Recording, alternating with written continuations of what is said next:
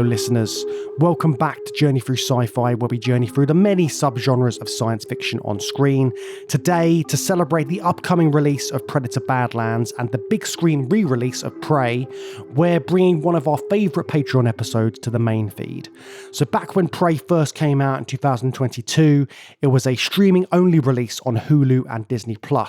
But both of us really loved how it reinvented the Predator franchise and brought it back to its roots. So today you're getting that full episode where we dive into how Prey fits into the legacy of the Predator universe. And remember, if you enjoy this one, there are loads more exclusive episodes like it waiting for you over on our Patreon. So make sure you check that out if you want even more bonus episodes. All right, let's listen back to our full discussion of Prey from 2022. There's something out there. I'm coming with you. You can't. I'm trying to protect you. Protect me from what?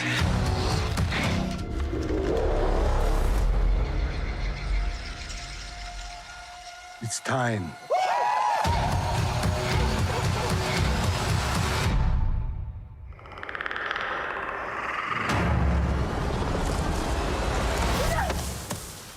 Okay, so director Dan Trachtenberg is back. Last time we saw him, he did 10 Cloverfield Lane, and we covered that on the podcast, didn't we, when the pandemic hit, because it was our little pandemic film. It was our lockdown podcast. Yeah. Back in the heady days when we thought that lockdown would only last for a few weeks so we could get one episode recorded and then shuffle things around and continue as normal. Oh, how naive we were. But yeah, I think that this film, Prey and 10 Cloverfield Lane, share quite a lot. It just in terms of the way Dan Trachtenberg is able to have a really good cohesive story and film and then put in some exciting franchise IP and then turn it into something else. Because 10 Cloverfield Lane came out of nowhere. We didn't know it was a Cloverfield film. And then this film as well, I feel like Predator could kind of work without the Predator in this particular instance. Do you reckon? That's really interesting. I mean, certainly, like you could watch a film about a young Comanche warrior proving herself against an alien or against a supernatural monster of some sort, and it doesn't have to be a Predator.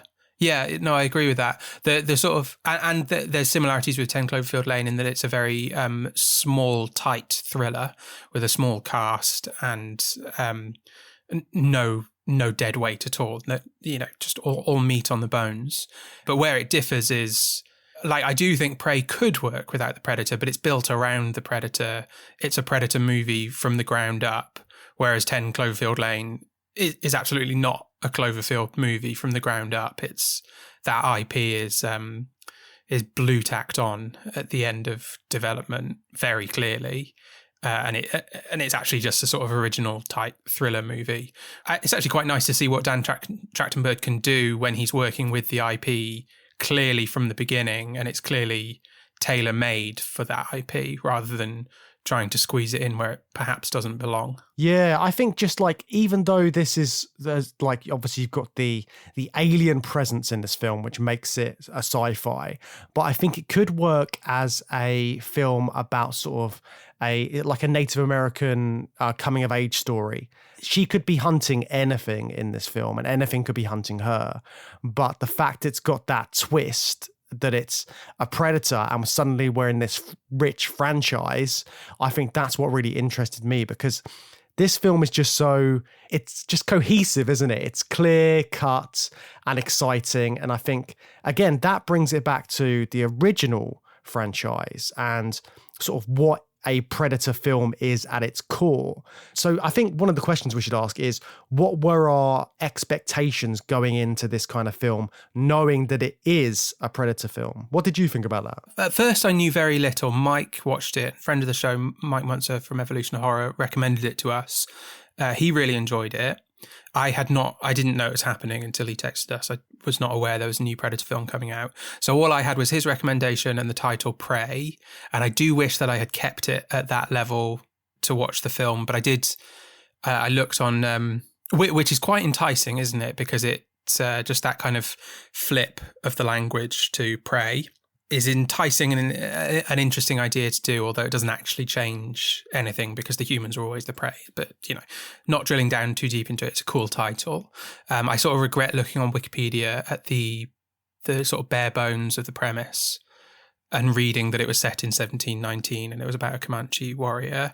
I wish I didn't know that. That's all I knew, but I wish I didn't know that. And you can actually, you can map out the film in your head just knowing that it's a Predator film about a Comanche warrior in 1719, sort of the technological limitations. I know what predators do. So, and that is how the film plays out, basically. There's no big surprises. And I sort of wish I didn't know that. What about you? How were you going into the film? Yeah, I think I had all of that, but also I had like an extra layer in that. I think I talked about this when we joined, again, talking about Mike, we joined him for a episode on the Alien and Predator franchise and all of the various sequels. And there was a book that I read when I was younger, which was a graphic novel as well, called Prey. And it had the aliens and predators fighting each other on like some colony planet. And I sort of had those ideas in my head about a sort of like having a female protagonist taking the lead and becoming sort of like as good as a hunter as one of these predators. So I had that kind of like in the back of my head watching this and hearing about the film with its title. But also I kind of like, when I heard that it was going to be a periods piece, it was going to be set in the past, a sort of, some people have said it's like a prequel Predator film. I was sort of thinking about, okay, so where are they going to put the predators? What sort of time period is going to be? But you're right. When I found out that it was this, it was set in the 1700s and it's a Comanche tribe, you can just picture what's going to happen. But I think they dealt with it in a really interesting way. And like Dan and his team have obviously done a lot of research into what it would have been like in the 1700s. I've read stuff about them. They had people from various tribes and stuff giving them information, because obviously a lot of that sort of history is all sort of passed down orally. So you've got leaders who have that kind of like history of like Comanche tribes, and they're able to sort of give great insights into what it would be like. There was one thing that Dan said in a interview, and he was talking about how whistling at night is an absolute no-go for anyone in a Comanche tribe, and anybody who's seeing somebody whistling at night it's just something they don't do. So there is a moment in the film where one of the characters is whistling, but they are using it as a distraction, and it's more poignant coming from that background, apparently, watching that unfold, because it's got an extra layer of meaning. Stuff like that. It's just, you can tell they've done a lot of research. Interesting. Okay. Yeah. Another slight regret that I have is that I didn't know until after seeing the film that there's an alternate cut that's all Comanche dialogue. Like every scene was shot twice. Once every scene with Comanche characters rather was shot twice.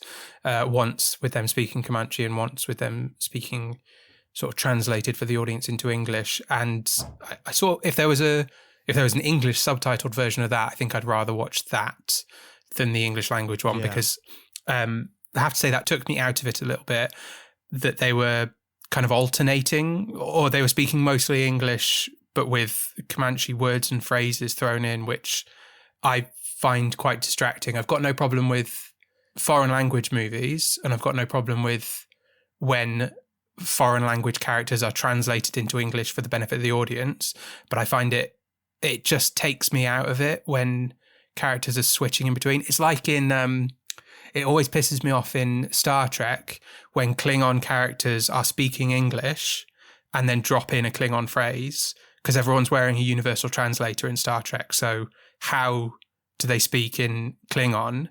It's the same sort of problem in this. It's like when they drop a Comanche phrase in, I'm like, what does that mean? How does that work within the sort of fiction of the film that I'm seeing it sort of flip between two languages? I would just find it really distracting when that happens. So I'd rather and that was one of the things I was thinking watching it. Like, I didn't have many criticisms, but I thought I sort of wish this was all in Comanche or not in Comanche at all. Like, like Apocalypto I was thinking of. I thought I'd rather see a film that's done that way, or, you know, actually using the language. So if I was to watch it again, I would probably try and watch it in that language if there was an English subtitled version. Yeah, I totally agree. I think what I had those exact same thoughts when I was watching it. I can see exactly why they chose to put it in an English language, just because they want to get the biggest audiences in as possible that don't want to read subtitles. But I think, yeah, I would love to watch a cut. I know they've got a dubbed Comanche version on Disney Plus and Hulu for our American listeners, but yeah, I'd love to watch it with with that and the English subtitle, just to get a real sense of it. Like, but just not even dubbed, like with them talking all the lines as they would have done. I think that's what they have. The way I read online implied that it was shot like for like with the characters saying their lines. I think I'd have to watch it. I mean, I'm sure you'd be able to tell immediately whether you're watching a sort of overdub like a foreign movie or if they're actually speaking it. I don't even know. I mean, I know that or I believe Amber Midthunder is of Comanche descent. Yeah, she's I think she's from the Sioux tribe. It says when you look her up on Google, it comes up that she's a member of the Fort Peck Sioux tribe. Cool. Yeah, right. Okay, fair enough. I don't know what language that tribe speaks ancestrally. Maybe they just learned it, or maybe they know the language. I'm not sure. But yeah, I'd like to see that. I think if I was to watch it again, I would seek out that dub. I also think there's a case for even watching that without subtitles on, because I quite enjoyed the scenes where I don't speak French and you couldn't understand what the French characters were saying. I think there was something quite enjoyable about that. The only lines that really matter that you understand them in English are the moments where they say like cool, badass things, which I suppose you don't want to miss out on. But I think a lot of the plot is quite self-explanatory, and it might be quite an interesting movie to watch without subtitles at all. Interesting. Yeah, they've really packed a lot of stuff into this, and I think those communication aspects and just sort of like how the film is dealing with that is quite an interesting factor. But then again, it is a Predator film and you're looking for a big audience, so they've definitely gone for that. And one of the things as well is like how the film differs from some of the other more recent Predator films, and how it's got similarities to obviously the first Predator and sort of like those first installments. Like, what did you think about that aspect of it, and how far do you think it departed from those recent films, and how is it similar? Well, I mean, we know the similarities between the first film with Arnie, don't we? It's very much that same sort of storyline, that same format, an alien's hunting her, that kind of thing. What did you think about all that? Well, it's in large part a remake of the first one, or at the very least, like, it selectively chooses the best parts of the first one and then reinterprets them into a new, slightly different plot. But probably the biggest difference from the first one is that she's hunting the predator by choice and not trying to escape with her life. Well, she's trying to do both, but you know, she has moments where she could escape, and she chooses to continue hunting it. Hence the name, turning the predator into prey. But in large part, you know, it hits all the beats of the first film, and then it's like a complete departure from all of the sequels in between that have continued to make it more complicated. It's an effort to re-simplify the Predator vibe from a very overcomplicated one. I haven't seen the last one. I haven't seen The Predator from 2018. Your face, yeah. Yeah. That's why I haven't bothered. It's like, it was on TV a while ago, and my friend Victor was staying with me, and we watched that again. I kind of half watched it whilst doing other stuff, and it's just not very good. It really overcomplicates it. It's got a young kid who becomes the one who knows how to understand the predators, and I don't know, it's just a little bit, yeah, it doesn't quite work. It's and also it's not R-rated or anything. I think the Predator was a 15, so for me, the Predator films should be 18s where they can be. I don't think Prey is it, or is it? I don't pay much attention to it, to be honest. Yeah, I don't know what it was, but I think just that it felt like The Predator was going a bit more family friendly for some Really? reason, or a bit more Right, sort of okay. teeny. Ooh. And I feel like the other Predator films like are action films, and they're all about that sort of like, you've got an alien after you, there's like action in it, it's all that kind of stuff, whereas that one just they overcomplicated the lore as well. And what do you think of the sequels in general? And I know you like the first one. What do you think about number 2, Predators? And well, it's clear what you think of the Predator. I mean, I've got a soft spot for Predator 2 and Predators, to be honest. Like, I still love that format of having an alien hunter hunting you and all of that kind of stuff that comes in with it. I mean, I know Predator 2 is a mess. It had so much potential because it's like the Predator in the concrete jungle, and it had lots of like production issues and things like that when it came out. They couldn't get Arnie back because he was busy with other stuff. There were so many things which brought that film down, but I still really enjoy it. And because I watched it when I was younger, and it was like one of the first like 18s that I watched, and it was so gruesome. You've got people getting skinned, you've got all of this stuff in there, and teenage me absolutely loved it. So I think that's part of the reason I still have a soft spot for that one. Yeah, I feel basically the same way certainly about Predator 2. I was trying to think about Predator 2 after watching this, and I can barely remember anything in it. I think I haven't seen it since the first time I saw it when I was also a teenager. I can remember like the ending where there's that kind of like the sort of moment of respect where they give him the gun and you see a xenomorph skull on the ship, and I remember that there's a topless lady in it.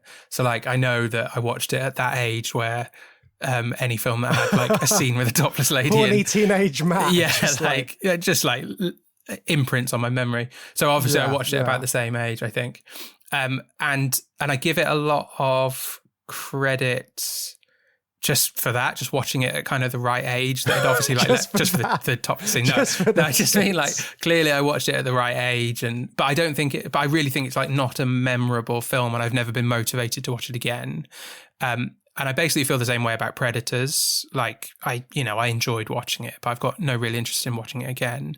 And I reckon if I watched that when I was 14, I'd probably think it was like the best movie ever made. But like it's quite forgettable films. So. And then with the reaction that The Predator got, I was kind of like, well, I'm just not even going to bother because I think this is a bit of a dead franchise. But this one, I definitely love to see this again. Probably would not bother watching any other Predator films apart from the first one and this one. Just very enjoyable. And I'm just not that bothered by the franchise, I guess. But it's interesting to see that it's still possible to make a good Predator film. Yeah, I think I don't know what it is about the Predator as a character. I just really like it. I think it's like the technology that it uses and the fact you can't see it, and it's stalking you. And all of those kind of elements are something which I really like about all of the films. Like, those are the main bits which I enjoy. Something I think that is underexplored in the Predator series is the idea that trophy hunting is an inherently cowardly hobby.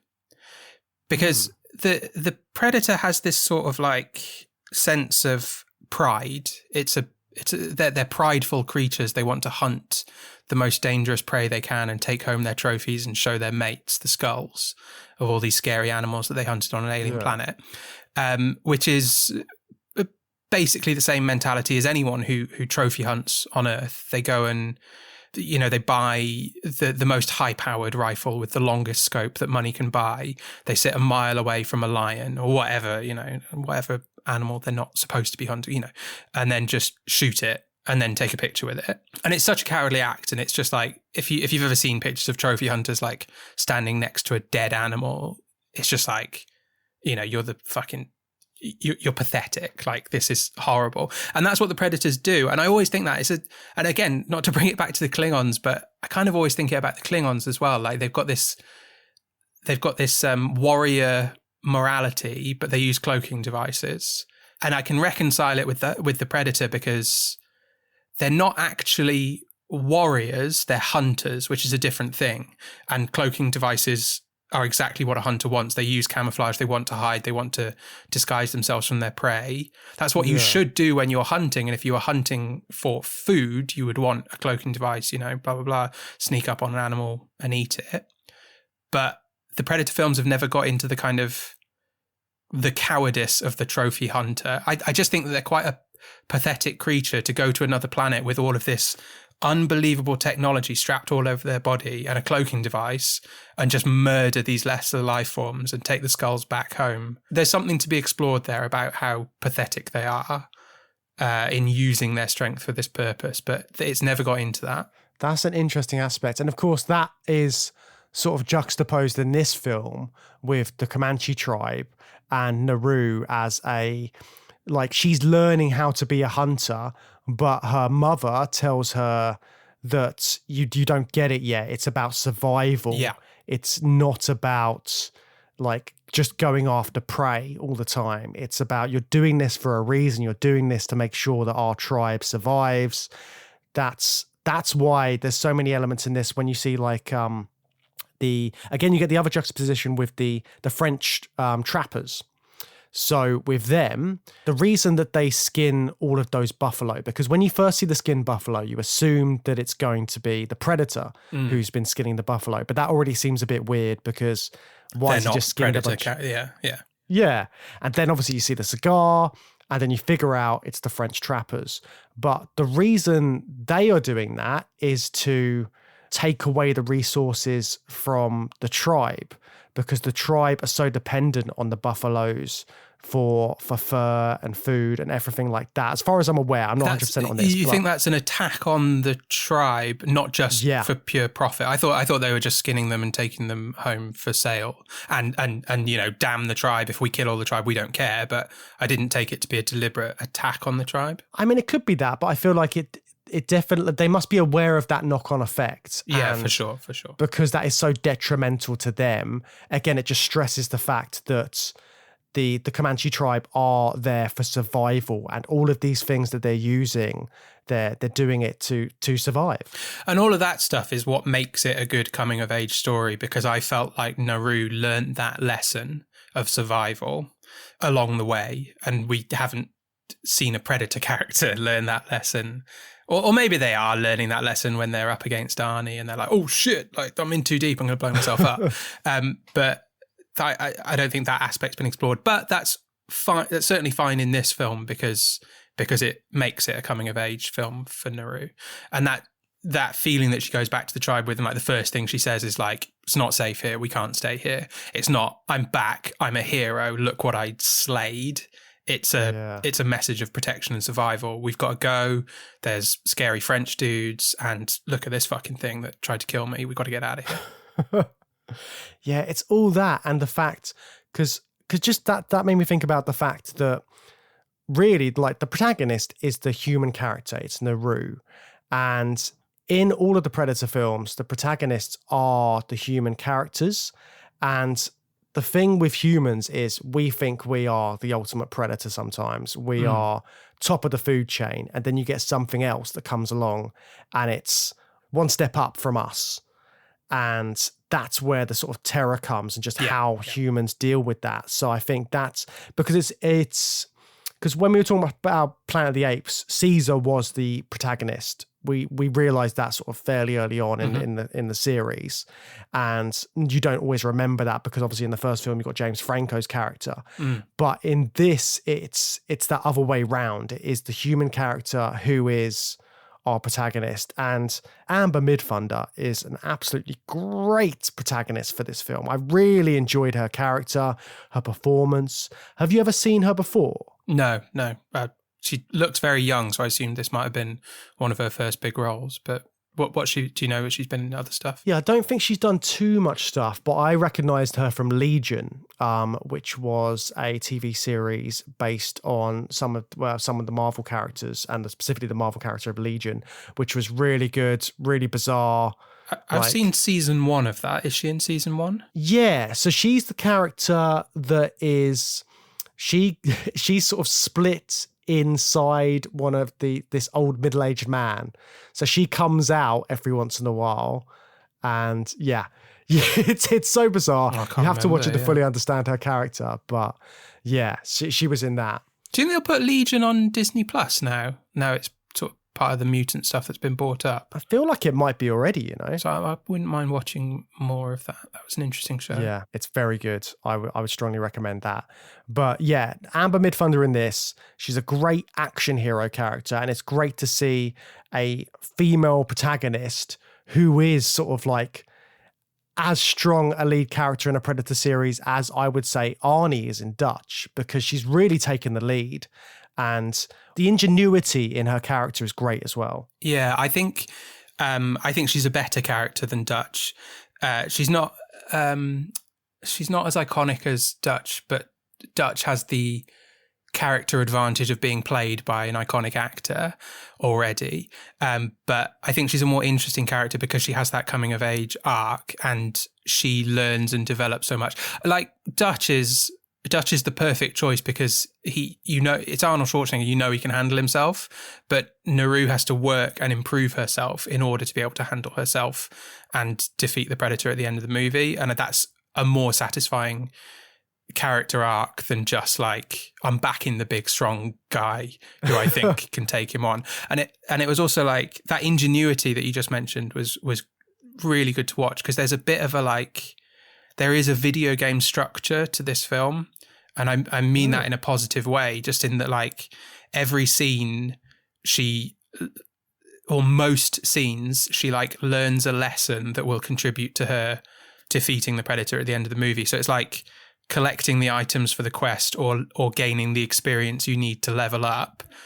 She unlocks the sort of the weapon, when she like ties the rope to the axe, and it becomes like, well, that's like this character. Like if you're playing the game, it's like Kratos has his blades on a chain that's like this iconic weapon associated with the character. I think that's a really nice thing to do for a character, is to give them unique tools that you then associate visually with that character. I think that adds to the iconography and does make Naru an iconic character. And I think that's really cool. And it just looks cool, doesn't it? The kind of like retractable axe on a string. Yeah, and even the way other people react to that, like she gets mocked for it. They say, "Why have you put your axe on a leash?" Yeah. And things like that. But it's all because she's so underestimated as a character, and that's the difference between her and Dutch, because Dutch is this big strong guy who you think could probably take on a Predator at some point, whereas Naru is just, everyone perceives her as this little girl who can't hunt, she can't sort of like do any of this kind of stuff, yet she is the one who takes on the Predator and is coming up with all these ideas, because there's that moment with her brother as well where he talks about how her plan is what managed to get him to kill the lion in the end. Yeah. So it's things like that. She's naturally a good hunter. She's got that kind of mentality. She can think through these problems and problem solve them. And that's what makes her so good and the perfect sort of nemesis for the Predator in this film. And what about the Predator in this film? Like, what did you think about the kind of depiction of him? Because you particularly, I want to hear your opinion because you're more into this franchise and you're more into the characters. And I know that there is a lot of there is nuance there in the Predators if you care enough to pay attention to the nuance. And I know that visually this one looks different. How was this Predator for you compared to other on-screen Predators? Well, obviously it looks, well, it's not as futuristic looking, and it's more sort of feral looking, I feel like. And I saw an interesting interview again with Dan Trachtenberg, and he was talking about how in sci-fi, a lot of the time, technology kind of gets stopped at a certain point. So if you look at like Star Trek and Star Wars, they have their technology, and it's just at that point, and it's always at that point. So you've always got lightsabers, you've always got like fast and light travel, where you've always got these particular kind of spaceships. That's what these universes are, no matter the time frame. Whereas in this, he's going back, and he's kind of like trying to set up an idea that the Predator's technology has evolved as time's gone on as well. So things like the mask, the big helmet that the Predator wears, it's always iconically been this kind of like metal thing covering his face, and then you get the big reveal that he's got like all these claws coming out of his face, and it's like disgusting looking. And with this, it matches the era that he's in. So the Predator has this skull helmet, but also his technology isn't as it seems different because he's got different things like the shield, which pops up and can also be used to like slice people in two. All of these elements are quite interesting because they make it seem a bit more of the time. Yeah, it's like, it's set 300 years ago, and we've got a Predator that is 300 years earlier in the technological development of his species. I did clock that, and I was thinking about that in the movie, but the only thing that made me think that was the laser guided arrows. That as well, yeah. Because that's the same weapon that Predators always have, but those laser dots usually signify that you're about to be shot with a like railgun, shoulder-mounted laser sort of thing. And in this, it's shooting arrows. So I clocked that. I have to say, I didn't clock it in like the shield looked very futuristic to me. I don't know what that was supposed to be comparable to. Have they got more futuristic shields in other Predator movies? Well, I don't think they really use shields in the other Predator movies. Yes, they're just like, sort of armored. It's just and force fields, I think, or something. Right, yeah. But fair. But there's just something about having a shield which makes it seem of the time because, okay, I get you. Like medieval, like in the 1700s, people had shields to sort of defend themselves. All this kind of stuff. That's what made me think of that. Okay, you're right. And I don't know what to make of the bone mask thing. I think you're right. It's just a less futuristic mask to wear, but that wasn't on my mind. I thought it was just like to be honest, I thought it was like an affectation. Like, oh, this Predator likes to dress this way, because we have seen that on screen, haven't we? They can be sort of a bit stylistically different. They sort of have their own sort of personal customization of their gear, and I thought that's all it was, to be honest. But yes, but the thing is, it looks like it's made of bone, which would be sort of more low tech. But we know it's still got the infrared scanners, and it's got his got a bunch of wires behind. Yeah, it's got his laser sights. Like it is a very technologically advanced thing. That's why I thought it was just a purely stylistic thing. But I suppose it all sort of sits together a little bit and works together. Yeah, and like just talking about the practical elements of that helmet as well. So in the other Predator films, I think what they did is they had the actor, and then they had the head and the animatronics on the head of the actor. And one of the things that Dan, the director, has said about this one is he always felt that made the suit look out of proportion, because you've got these big actors and they've got this massive head all of a sudden, and it just doesn't quite work in the proportions of what he imagines the Predator to be like. So for the Predator this time, played by Dane DeLiegro, he actually had his animatronic head above his head, like mounted. So throughout the whole film, he's looking through two slits in the neck, and like a character at Disneyland. Yeah, like a character in Disneyland. And he said that apparently the animatronics that were making everything move in the head were so noisy he could barely hear anything else. Yeah. And he's running around the set looking at trails of sticks to sort of follow so he doesn't walk into trees the whole time. And you just look at the action scenes that he's doing, and for him to be able to work that out and do this with this massive animatronic head, I just think I just keep picturing that, and I think it's just an amazing feat for it to come off as well as it did, given all of that. And I think it does give the Predator a different kind of look to the other ones. He's more sort of like athletic and sort of sleek looking almost, I think, in his movements. A little bit, yeah. I mean, he's invisible for so much of the film, isn't he? As they often are. Yeah. But yeah, there's an athleticism to him, as there has to be. I thought that they did a very good job of the fight choreography between Amber Midthunder and the Predator, particularly like in the final act. Just the way she kind of just like bounces around him and doesn't do a lot of like full on wrestling with the predator. Yeah. They kept it very believable that like this girl that is, you know, roughly half the size of the predator is able to just sort of move around him and, you know, use his size to his advantage. I found that very convincing and very well choreographed and enjoyable to watch. And I mean, also in terms of the iconic stuff about the Predator, we talked about sort of like the helmet and all of that kind of stuff. He's got the infrared, and his infrared sight is so important because that's just like a trademark Predator thing. And also the invisibility. I think they were both dealt with in a really great way, because like you kind of see him in the background and things like that, and you see the shimmer. But when you do, like those moments when you do see him, and like the moment when he's fighting the bear, like I know the bear's not the best CGI in the world, but just seeing stuff like that, I think it really brought it alive. And skinning the snake and all of this kind of stuff. Yeah. And skinning the snake was really cool because a snake is so tiny, but the predator's like, well, this little guy's a predator. It still counts.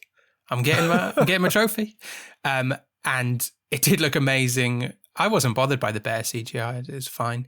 And I thought it was very cool when the predator like lifts up the carcass and the blood's just pouring down over the invisibility. And then the sort of reaction of Naru. But like her sort of seeing that and being horrified, but it's also, like I said before, it's another thing that contributes to her understanding of the predator, and it all just feeds into her leveling up and her experience gain to beat it. I've now seen it. I know how it works. It's invisible, but I know it's there. I know what its presence looks like. yeah, and her understanding of the Predator, again, is in comparison to what we know about the Predator from the original films, like that it sees an infrared and that you need to lower your body temperature like Dutch does in that first film in order to be invisible to it. And all the little sort of setups that they do at the beginning, all the little sort of like precursors to stuff are so well done.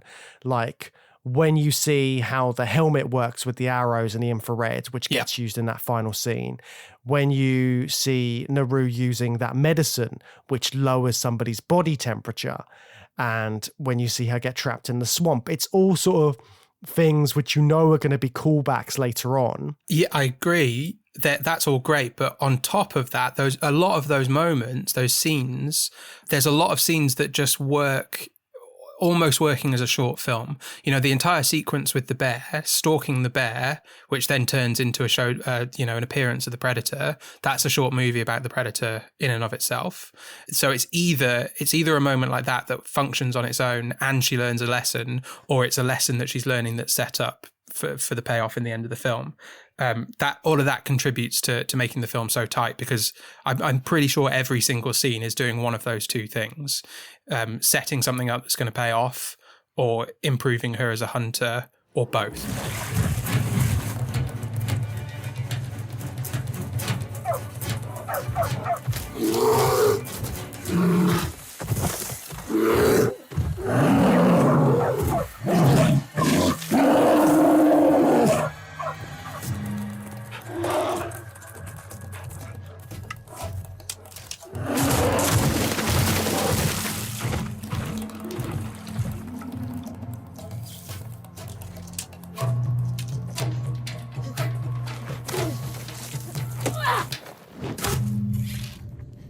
I keep thinking of that moment when she does use that medicine and then she does a little sidestep to avoid the predator when he can't see her. It's just all of those tense moments which are dealt with so well. But on the other hand, there were lots of like little Easter eggs, and I'm interested to find out what you thought about some of the dialogue. Why? Like when we talked about Planet of the Apes, there were certain lines which you were like, oh, that's a little bit much, a little bit cheesy. Was there anything in this one, or were you all right with it? No, I loved it. You're talking about if it bleeds, we can kill it. And yes. And she does it a little bit at the end, but she doesn't go full Dutch when she's like, do it. I thought she could have gone more Dutch, to be honest, but then she says a different line about this is as far as you go, which I don't think is a callback, but it was quite a good line. But yeah, I think, listeners to this podcast will know that I'm just a massive hypocrite about this. Like, I don't like references for reference's sake, and that when he says if it bleeds, we can kill it, that's all that was. But I think I'm I can be a hypocrite about it, but I like it when I feel like the film's earned it, I guess. And the line does make total sense. It's an observation that character makes, which is the same observation that another character makes in the 1987 plot line. Yeah. It's a statement of fact. There's this big, scary, invisible beast. I don't know if we can kill it. It bleeds, so we can. Like that, you know. I'm defending it too much because I don't want to sound like a hypocrite, but I really liked it. I really liked that moment. I thought it was cool, and it's the kind of like it's the boost she needs because she's at a real low, isn't she? She's tied to a post, used as bait. She doesn't believe she can even kill the demon, and her brother kind of like G's her up with that. Yeah, I think moments like that, it almost went a little bit too far though. There is one moment that Dan Trachtenberg has talked about, which almost happened, which was they were debating whether to put in a horse called Chopper so that they could get in a line similar to Get to the Chopper. Oh, which dear. I think would have been terrible. So I'm glad they had the sense not to throw that in. I mean, a better way of doing that would be to have like a big cleaver in the French camp. You know, have like a butcher character that has a big cleaver. I don't think you should do that, but certainly it's better than a horse named Chopper. Yeah. And there was one other Easter egg that I noticed towards the end. So Naru goes to the French trappers and she picks up this gun. And did you recognize that gun from any of the sequels? No. It's been a while since you've seen them. Yeah, no, I remember that moment in Predator 2. But because this film's set in 1719, seeing a flintlock pistol doesn't automatically make me think of the end of Predator 2. Like there's loads of guns in this film, and they're all like, you know, gunpowder. But it's specifically when they show what's written on the pistol towards the end. Yeah, I read about that afterwards. It meant nothing to me in the film, and I'm glad because that would have probably annoyed me a bit if I could. I could see it annoying you. What's written? Is it anything in particular, or it's just like the manufacturer and that it's recognizable, or is there like a message on it or something? Or? I'm not 100% sure. I'm not that up on. But it's supposed to be the exact same gun, which is fine. It's not. It doesn't need to be there, but. Well, it really doesn't need to be there because at the end of Predator 2, you're not like, oh my God, how did they get it? It's like, you know how they got it. They came to Earth. They've been coming to Earth for several hundred years. This film doesn't, we already knew that they were there in the 1700s from that film. So you don't need like an explanation of how they picked up a little pistol. And equally, you can watch this and you can just see that she's got a pistol and she's showing it to her tribe as this is what the French trappers are using. Exactly. Yeah. So it's like, it's a subtle nod for those who aren't as nerdy and as obsessed with these kind of films as I am. But it works on that other level, which is why I think it's okay. And you can let it slide. I'll let it slide, yeah. Yes. It gets a pass. And I don't mind it too much, even as a reference, because it's fine to sort of tie it in like that. But it works for me because the gun just works within the film. It's another proof that Naru has a lot of ingenuity because she's presumably never come across guns in her life, but she very quickly gets an explanation from that translator character and she's able to figure it out with a little trial and error because the first time she tries to pull the trigger it doesn't fire, but she's a smart person and she's able to work things out, and then it becomes a Chekhov's gun. You're waiting for the moment where she gets to use it and you know it's going to be good, and it is fucking good. She, tries to blow his brains out from behind. Yes, that's an amazing moment. And also, like, again, just going back to the fact that nobody expects this kind of stuff from her, one of my favorite moments in the film was when her and her brother are tied up and there's like a bear trap beneath them, and she tells the story of how a beaver was trapped and was about to drown, and it like gnawed off its own leg. And then you think, oh shit, she's going to chop off her hand. But no, she says, I'm smarter than a beaver, and then gets them out of there without any problems at all. And I think it's just that sort of like, it's just that subversion of expectations that she's constantly doing, which is just such a joy to watch throughout the film. She subverts her tribe's expectations, but in that moment, it's her and the film are subverting the audience's expectations.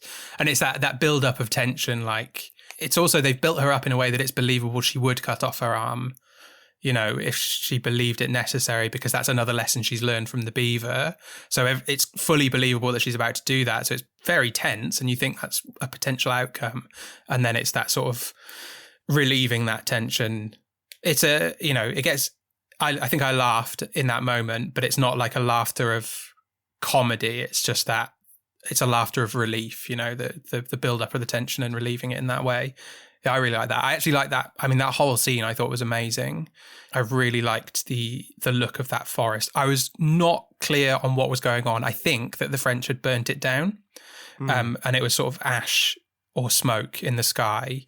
And, you know, the trees looked black like they'd been burned, but it didn't really matter how it had got that way. I liked the spooky dead forest vibe of it, with the predator just sort of leaping about, slicing up the French characters, while Naru and her brother are like figuring things out and discussing. That was an amazing moment. It was worth it to the beaver. Wait. Losing its leg to be free. Wait. Naru. What are you doing, Naru? Naru, stop!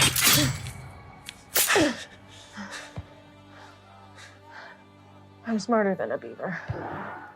Did you have any other sort of favourite set pieces and scenes in it? I think there's just so many. I think I've talked about the majority of them, but I think it's just all of the, like, obviously the finale moment is so good, but then every sort of action sequence leading up to that is exciting, isn't it? Like when her brother dies, all of that sequence, and he comes in riding on a horse, knocks the helmet off of the predator. All of these bits just sort of, I feel like everything is just like ramping up throughout it, and like there's not a dull scene in the film really. I feel like there's always that bit of tension, and then when the action sequences hit, they're just, you are glued to the screen. And there's loads of them. There's loads of action sequences. It's like a, you know, it's a basically perfect action film. There's loads of action sequences. They're all very well choreographed and entertaining to watch. And there's enough plot to support the development of those action sequences, and the sort of motivation of the characters involved in them is believable and enjoyable throughout. So yeah, in that sense, I mean, it's up there with it's like John Wick and The Raid, you know, just set pieces and action sequences strung together with enough plot and enough emotions, but not loads, to just carry you through this action. I mean, the other bit for me that I absolutely loved doesn't even include the predator. When she leaves, I think it's immediately when she leaves that burned down forest, she has to go back and save her dog. Yeah. I mean, this whole film is like 90 minutes of being worried for a fictional dog's well-being, but when she goes back and she has a fight scene with maybe 4 or 5 French trappers, and there's in particular one bit of that is a very long take where she's just bouncing from side to side, knocks one guy down, there's a guy behind her just going back and forth. I think she gets her axe back during that, and you know, she's able to incorporate that, but it's a really incredible just bit of martial arts choreography in a single long take, and it was for the purpose of saving a dog, which always this is like one of the best on-screen dogs I've ever seen. Oh, he shows up with the axe, I think, maybe in that scene or maybe later, but that's such a great moment. Yeah, brings her the weapon and then she calls him for it, and then it's like, it's so good. Is it Sabi or Sari is the dog's name? One of my favorite on-screen dogs in years. But I was really worried about him. Like, anytime he's not on screen, I'm like, is the dog okay? And then when he is on screen, I'm like, is the dog going to die in this scene? I did keep thinking that, but I thought, no, they're not going to do that in this film. Like, they can't kill off the dog. When he returned with the axe, I was more worried than ever, because I was like, yes, he's got the axe. But then I thought, like, because he's done this heroic act, that would be the moment to kill him off. And then it's like, vengeance for the dog spurs her on. So I was really stressed out. I was like, don't kill the dog, save the dog. I think also the fact that you've got the fact that Naru has this animal companion throughout the whole of it just makes her, again, like a likable character, because she's got this, she's obviously kind to animals, yet she's a hunter and she's got respect for animals as well, unlike the predator, it seems, because of just this nature.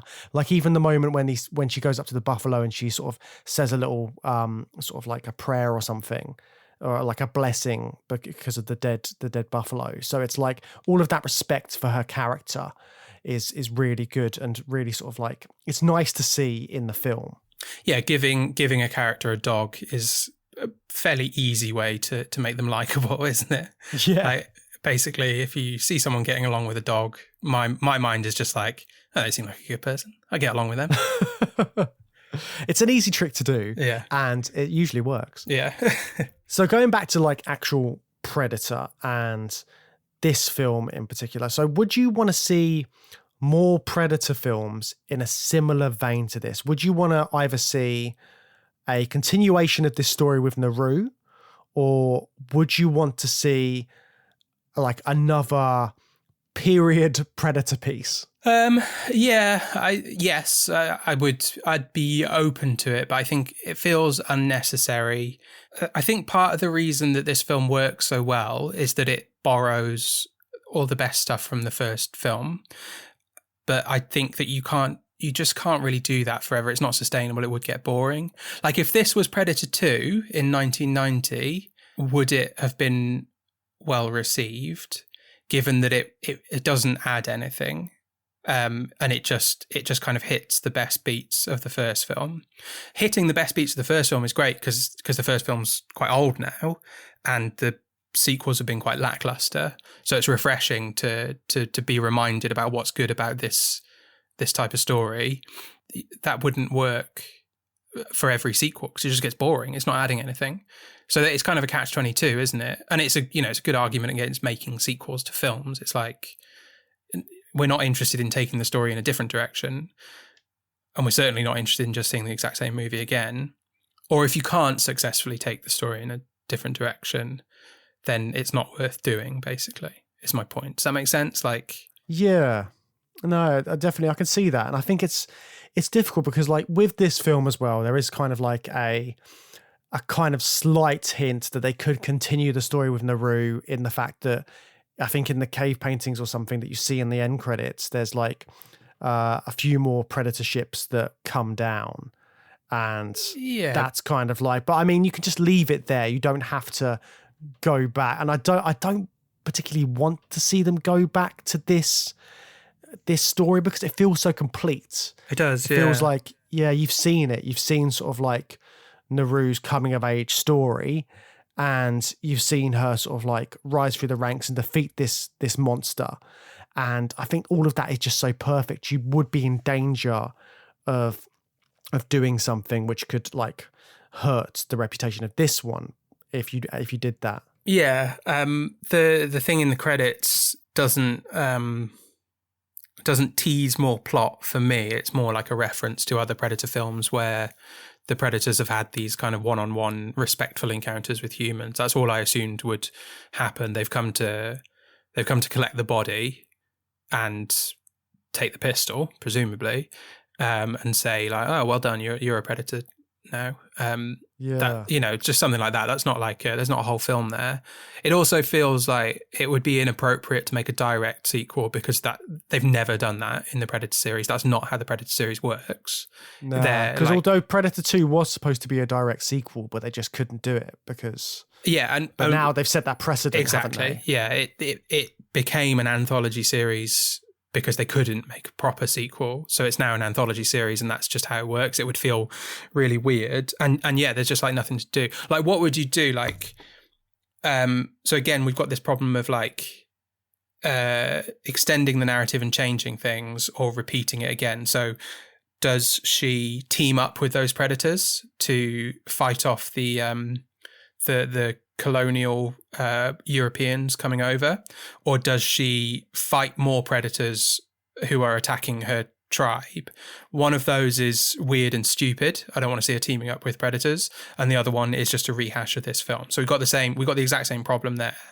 I'm sure you can think of other ideas to go down, but like none of it is particularly interesting, and it's got all the same problems that they've always had. I think the only way to do it is do what they've done so far, which is make 3 bad movies after this, and then rehash the first film again, and just keep doing that. So every 4 or 5 Predator films, we get a rehash of the first one, and it's great. And then you're reminded of why you don't want it different, and then you get another reminder of what made it so good in the first place.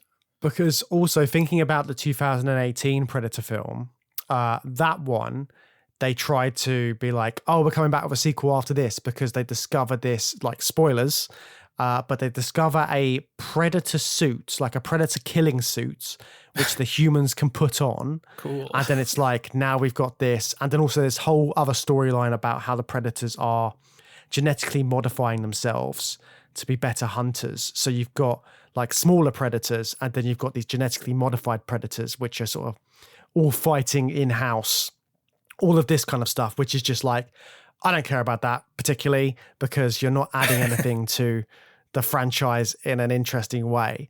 And I think it's just, when you try and convolute these, you are in danger of ruining what's so good about it. And it's just like, it's like a slasher film. It's like a monster in the house kind of thing. That's what these films are. And I think the only way you could do another sequel, again, is if you do it in that anthology way. And I think you would put the Predator in different time periods. I'm all for that. I'm all for seeing a Predator. I mean, the one which everyone's always like gunning for is feudal Japan, like samurais fighting predators. Like, I could see that happening, but then you're down a sort of slippery slope, as like we've talked about this when we mentioned Jason X in the past, I think. And like the idea of putting the Friday the 13th villain, Jason Voorhees, in different scenarios. Jason Voorhees in Africa, Jason Voorhees in space. And then it would be the Predator in Pride and Prejudice, the Predator in Predator the Old Goes Wild West. West. Yeah, Exactly. Yeah, it's certainly like, it's an option, and it's very doable, and they could do that, but it will be diminishing returns for sure. And there's fun to be had, certainly, with some samurais or ninjas or whatever getting involved. Like, there's fun to be had there, but there's a massive danger of just diminishing returns almost immediately as well off the back of this. Like, if you just did a similar one in a different era and place, I think it needs to be like Dan Trachtenberg has done before, and with this, it needs to be a good film about something, like a film which would work potentially without a predator, but the predator adds that extra element to it. Yes, so it can become a bigger film by proxy, because it's got the predator in. So yeah, it's just making sure it's not a one-trick pony, and we don't see this again and again, because I love this film. I just don't want to see it like ruined by a bunch of sequels which don't work in the same way. I don't think we're going to get a sequel for a while, and I think it will be another like anthology thing. But yeah, it'd be nice if we could learn the lessons of what makes this and the first one so good, and then try and make something that doesn't feel derivative of both. Those execs are going to have like pound dollar signs in their eyes. On that, like, and I touched on it before, why didn't this film get a cinematic release? I cannot get my head around the sheer like the pure like dollar factor of it, because the best argument must be we're giving existing Disney Plus subscribers value for their money, or making them think they're getting value for their money, and we're enticing non-subscribers who are fans of this series to sign up for, and then become a recurring bill of £8 a month or whatever it is. But this would have made its money back. This would have made a profit, a decent profit, I think. Not a huge profit, but it would have made money at the cinema. Why don't they want that? Why hasn't that happened? I can't wrap my head around it. Yeah, it does feel strange, doesn't it? I don't know. I think they're really, because in America they've got the Hulu like streaming, which has happened, the new streaming service, and I think they're really trying to push that. So by having a film that is only available on Hulu and you can't see it anywhere else, they're like, right, so everyone has to sign up to watch this film. It's got loads of hype, and that's the only way. So you pay so they're getting that money directly to them. They're getting that like what, £5, £8, whatever it is, to the streaming service, and they're making money through that. But I don't know. I still just want to see it on the big screen. Like it seems such a shame. Yeah, I'm not that bothered. I would have liked to see it on the big screen. I don't think it lost too much, to be honest. I was perfectly happy with my headphones on, watching it at home. I just can't get over I don't think that makes sense. But I suppose the logic is, it costs a little bit less than a cinema ticket, but we're hoping to lock you in for many years of monthly payments. So there's a long-term sort of strategy there. I guess that makes some sense, but I don't know. It feels like there was immediate chunk of change they could have made on this film at the cinemas. Yeah, definitely. But again, it's above our pay grades, Matt. I've got to say, we're not in power yet, and we're not the execs of the film industry as of yet. But once we are, things are going to change. Yeah, I'll be cancelling fucking DC movies left and right if I only Will you be cancelling them? I feel like you'd be letting them go. Yeah, no, You'd be letting those pieces of shit. I'd be watching Batgirl in a private screening, chuckling all the way through. This movie is terrible, and then being like, "Yeah, put it out, release it, release the film." But then you'd be in charge of the money, and you'd be like, films. What the crippling lack of returns on the DC movies? Yeah. Well, yeah, they'd fire me after 6 months. Why are you letting these films see the light of day? You'd have a fun run though. So I think the big question we've got to end with is how we rank the other Predator films. You're going to have difficulty ranking the Predator because you've never seen it. Yeah. But how would you rank the Predator films, including this one? Just on a sort of a very steady diminishing returns scale. They just get worse and worse and worse steadily, as far as I'm aware. And then this one is better than all the other sequels. So this is the best sequel. And it's a big reset for me. I just wouldn't... I can't see myself ever watching any other Predator films apart from this one and the first one. Life's too short for sort of average movies. Fair point. What about you? I think I'd have to go 87 Predator first, just because of the longevity and Arnie. This one second. I mean, they're very tight, both of these. There's sort of not much in it. Then I'd go Predator 2 just because of my teenage years. And then Predators and the Predators. So again, it's the diminishing returns as you go back for the sequels, excluding this one and the first one. So yeah, that's how I would rank the Predator films.